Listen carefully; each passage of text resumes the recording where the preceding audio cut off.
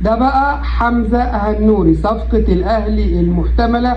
طبعا كلنا عارفين إن النادي الأهلي بيسعى على قدم وساق لضم مهاجم يدعم مركز الهجوم. كولر كان في رقم واحد محتاج جدا سوزا نجم هوندايا اللي بدأ يتملص من النادي الأهلي بحجة إنه مش قادر يوفر بديل للاعب. ومش بس كده، لا ده كمان عايز في اللاعب مبلغ كبير جدا عن اللي كان معروض في الأول، وهو 900 ألف دولار. طبعا بعد ما سمع كلام من مسؤول في نادي معين وهو نادي الزمالك بدون ذكر أسامي، وأحمد حسام ميدو اللي تواصل مع إدارة هوندايا وقال لهم بقول لكم إيه، 900 ألف دولار إيه اللي أنتوا عايزينها في اللاعب ده؟ النادي الأهلي لسه واخد بطولة أفريقية وعنده فلوس ويقدر يدفع 3 مليون دولار في اللاعب، والنادي الاهلي محتاج مهاجم بقوه، وكولر والجماهير ضاغطه جدا على اداره النادي الاهلي. فاطلبوا الرقم اللي انتوا عايزينه وارتاحوا خالص في الطلب. رقم واحد كان عند كولر ايضا هو نجم نادي بشكتاش التركي، هو موليكا. طبعا من فتره موليكا هو حلم كولر اللي نفسه يتحقق. كولر حرفيا بدون مبالغه بينام ويقوم يحلم بموليكا، عايز موليكا بشكل كبير عشان يدعم خط الهجوم في النادي الاهلي. لاعب هيدرز على المرمى وارقامه مرعبه ولاعب قناص جدا. كولر بيتمنى وجود موليكا في الرقم واحد. رقم 2 هو سوزا نجم هوندايا الكوري. رقم 3 بدأ ينتقل إلى حمزة هنوري لاعب الفتح الرباطي المغربي وهو هداف الدوري المغربي. لاعب بيلعب برقم 9 في الصندوق. ده مهاجم كلاسيكي، الكونتر اتاك بتاعته هايلة جدا، بيلعب بدماغه كويس وبرجله الشمال كويس وبيخترق من العمق كويس. لاعب بيتحرك خلف الخطوط كويس. لاعب ستايله في اللعب كويس جدا جدا جدا كهجوميا. ومش بس كده، إدارة النادي الأهلي بدأت تسأل عن اللاعب من رضا سليم، قال لهم اللاعب كبير جدا وهيمثل إضافة لخط الهجوم في النادي الأهلي، وهنعمل أنا وهو أحلى كيمياء موجودة في الملعب ما بيننا. حمزة هنوري لاعب الفتح الرباطي صاحب 25 عام، طوله 188 سنتي، بيمتلك قامة بسم الله ما شاء الله وطول وإمكانيات بدنية وجسمانية عالية. بيلعب بقميص رقم 19. لعيب كلاسيكي في الصندوق وجنسيته مغربية. حمزة هنوري هداف الدوري المغربي. تعال بقى نتكلم كده عن حمزة هنوري وأرقام حمزة هنوري والأندية اللي لعب فيها حمزة هنوري.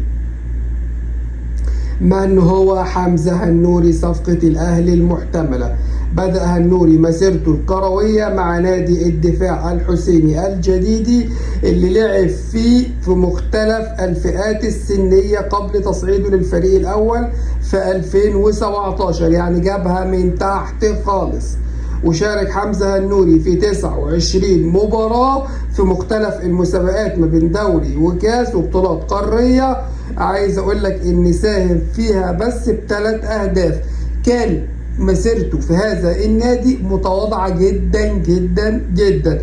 عشان ينتقل حمزة هنوري في 2021 إلى المغرب التطواني، فريق اسمه المغرب التطواني في عام 2021 في صفقة انتقال حر بعد انتهاء عقده مع الدفاع الحسيني الجديد، وقدر يقدم مستوى كويس جدا جدا مع الفريق التطواني. عايز اقول لك ان هو مسجل 13 هدف وساهم بشكل كبير في صعوده للدوري الممتاز، يعني خد فريقه من تحت وطلعه لده الدوري المغربي الممتاز. طبعا بالنسبة للعيب بادئ ولاعيب بيلعب في نادي متواضع وبسيط في الدرجة الثانية، هو رقم قياسي ورقم كبير عشان يجي في صيف 2022 وينتقل حمزة هنوري للفتح الرباطي بعد فسخ العقد اللي كان بيربطه ما بين المغرب التطواني وقدم اللاعب مستوى رائع جدا رفقة الفتح الرباطي في الموسم دوا، حيث يحتل المركز الثاني في ترتيب هدافي الدوري المغربي خلف باولو سامبو مهاجم الوداد. مش بس كده، ده قدر يسجل هنوري 10 أهداف رفقة الفتح في الموسم دوا، ويلعب 23 مباراة بمعدل دقايق ويوصل إلى 3365 دقيقة. مش بس كده، ده كمان حمزة هنوري بيلعب في منتخب المغرب الأولمبي في 2018 وبيشارك وبيعمل مباراة كبيرة جدا جدا جدا مع الفريق ضد منتخب جامبيا. آخر معلومة عن حمزة هنوري هي قيمته التسويقية على ترانسفير مارك، قيمته التسويقية تمثل 1,200,000. معنى كده القيمة التسويقية مناسبة جدا إن النادي الأهلي يدفعها بسهولة جدا في لعيب بيلعب مركز 9 وهيدعم خط الهجوم في النادي الأهلي. مش بس كده، اللاعب مرحب بشدة كبيرة انضمامه للنادي الأهلي، وهو اللي بيقرب الخطوات للنادي الأهلي.